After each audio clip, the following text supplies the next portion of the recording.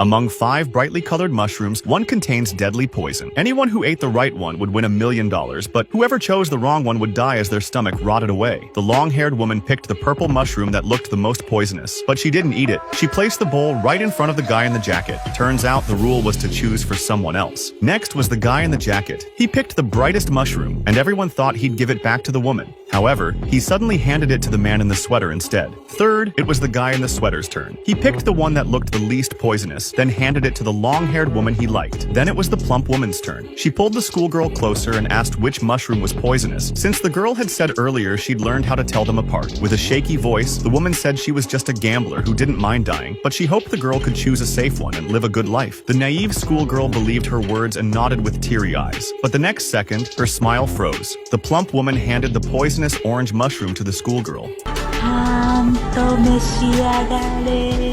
The guy in the sweater said she'd gone too far, but the plump woman laughed and said it was the schoolgirl's fault for trusting people so easily. As soon as the host gave the signal, everyone nervously ate the mushroom in front of them. Until it was over, no one could be sure they were safe. Then, as the tension filled the room, the plump woman suddenly gasped for air and collapsed in pain. The schoolgirl rushed over in panic to check on her, but the next second, she said something that made everyone break out in cold sweat.